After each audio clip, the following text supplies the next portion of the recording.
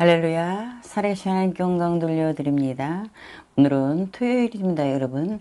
여러분 주말을 어떻게 보내시고 있나요? 여러분 주말을 유익하게 보내시는 여러분 되시기 바랍니다. 오늘은 12번째 이어서 주기도문을 또 해보려 합니다. 여러분 주기도문을 처음 들었을 때는 잘 모르지만 자꾸 듣다 보면 알게 되고 깨닫게 되고 또 재무 있어진다라는 것을 여러분도 함께 또 이렇게 알았으면 좋겠습니다. 나 혼자만 알으면 재미없죠. 같은 은혜 나눠보는 그런 시간이 되었으면 좋겠습니다. 이렇게 녹화할 때는 잡음이 들어가지 않기 위해서 에어컨과 선풍기를 멈추고 오니 카메라하고만 주고받는 시간입니다. 여러분 함께 하시는 여러분 되시기 바라며 7월이라 이제 지금까지는 덥진 않았지만 앞으로 많이 더워질 거라 믿고 있습니다.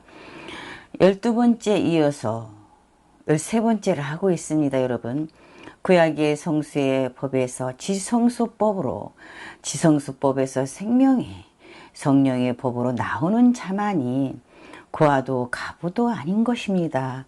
우리는 이렇게 말합니다. 성경에서 가부를 돌아보라고 했잖아. 가부를 힘들게 하거나 가부를 함부로 하면 하나님께서 가만히 안 있는다고 했습니다. 이렇게 말하고 또 하나님께서는 고아와 가부를 돌아보십니다. 이렇게 우리는 문자적으로 그렇게 이야기들 많이 하고 있고 세상 사람들도 그렇게 많이 이해하고 있습니다.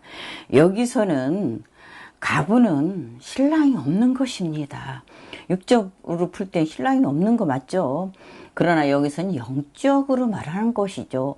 예수님이 성령의 법 안에서 내 마음속에 있지 않으면 가부라는 것이죠. 그리고 고아는 또 내 부모가 예수님이 하나님이 부모가 없으면은 고아라는 것입니다. 우리는 고아와 가부의 뜻을 잘 알아야 된다는 것이죠. 우리는 성령의 법으로 나오는 자만이 고아도 가부도 아닌 것입니다. 우리 주님이 계시고 또 내 신랑 우리 주님 그리고 내 아버지 내 부모가 계셔야지 고아가 아니라는 것이죠.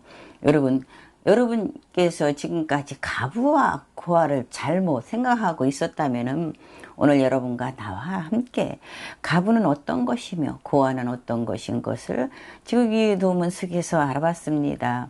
구약의 가독이 말라기 이후 400년 끝자락에서 예수님이 오시고 성소에서 지성소로 나오는 것입니다. 여러분 마태복음 11장 28절 그리고 마태복음 11장 30절에 그리고 마태복음 11장 28절에는 수고하고 무거운 짐진 자들아 다 내게로 오라 내가 너희를 쉬게 하리라 라고 얘기하죠.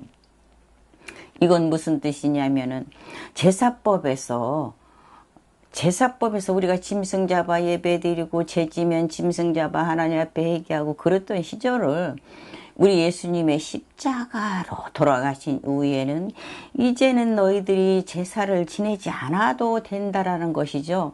그래서 수고하고 무거운 짐진 자들아 다 내게로 오라. 이제는 너희가 제사나 이제 드리지 않아도 된다. 짐승 잡아서 제사를 드리지 않도록 그렇게 이제 수고함을 하지 않아도 된다. 마태복음 11장 30절 이는 내 명예는 쉽고 내 짐은 가벼우니라고 말씀하시고 계십니다. 우리가 세상에서 적용한다면은 수고하고 무거운 짐진 자들아 다 내게로 오라. 예수께로 오라는 것이죠. 예수님께로 오면은 우리가 살아가는 방법과 쉬는 방법과 힘들게 살아가는 방법과 힘들게 살지 않은 방법을 알 수 있다는 것이죠. 우리 예수님께로 나오는 자는 영원한 생명이 있기 때문에 이제는 너희 마음을 몸과 영혼과 마음을 편하게 하신다라고 하는 뜻입니다. 어느 날 꼬마 아이가 7살짜리가 스님이 지나가는데 수고하고 무거운 짐진 자들아 다 내게로 오라고 그러길래 아 교회에서는 수고하고 무거운 짐 자들을 쉬게 한다니, 절에는 그래도 주지스님 정도 되면 힘들고 성도들이 많이 찾아오고 힘들고 이 모양 저 모양 법이, 절에도 법이 있다는 것을 알고, 세상 모든 걸 가둬봤지만은 무력하다, 어디 나를 쉬게 하는 곳이 없을까 하고 따라간 곳이 교회라고 합니다. 주지스님은 많은 사람들을, 제자들을 거닐고 있었고, 또 어느 날 교회를 한번 오다 보니까 또 오게 되고 또 오게 되고, 나를 쉬게 한다고 했는데 그 비밀이 무엇일까 하는데, 여기는 예수님이 십자가에 돌아가신 후에는 이제는 제사법에서 벗어나며 수고하고 무거운 짐진 자들을 다 편하게 쉰다 한다는 것이죠. 그래서 어느 날 스님이 목사 안수를 받고 또 이렇게 목사의 길로 가는 걸 받고 사역자의 길로 가는 것을 봤는데, 이렇게 죽음이냐 생명이냐 기로에서 정말로 스님들이 자기를 죽일까봐 자기 발목에다 칼을 차고 다녔다고 합니다. 그러나 주님께서 더 믿음을 주심으로 어느 날 칼을 뺐다라는 그러한 전설 이야기가 있고요. 실제로 그 스님을 제가 만났거든요. 정목사라고요. 목사로 변신한 목사를 봤거든요. 그래서 수고하고 무거운 짐진 자들아, 이제 성수법에서 짐승을 잡아 제사 드리라고 수고하지 않아도 된다라는 것이죠. 이스라엘 백성 선민을 말씀하시는 것입니다.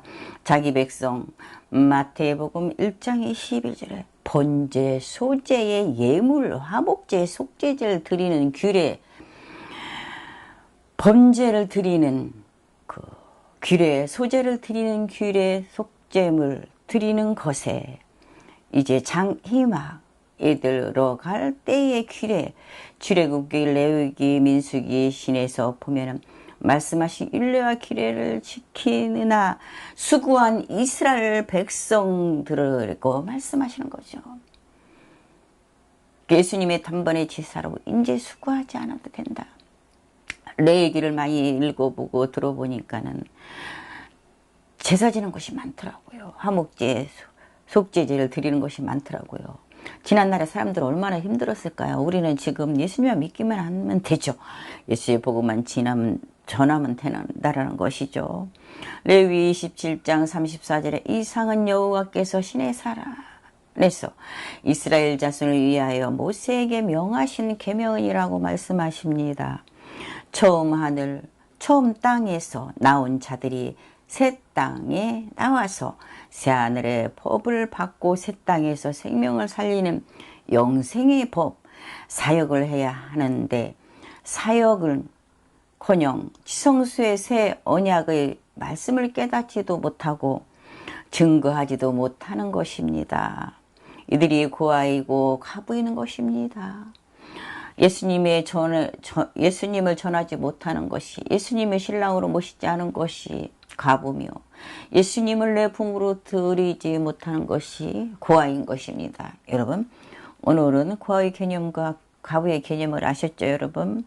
또 새 땅에서 새 하늘의 법과 셋째 하늘의 법, 인생의 성령의 법의 말씀을 받아야 한다는 것이죠. 셋째 하늘의 법을 받은 자만이 고아도 가부도 아니라는 것입니다. 혼잔치에 참여할 자인 것입니다. 고린도후서 12장 2절에 계시록 4장 1절을 참고하시기 바라고요. 고린도후서 12장 2절 내가 그리스도 안에 있는 한 사람을 아노니 14년 전에 그가 셋째로, 지금까지 13번째였습니다. 여기까지고요. 여러분 많이 덥습니다. 여러분 오늘은 13번까지 알아봤습니다. 여러분 구독, 좋아요 많이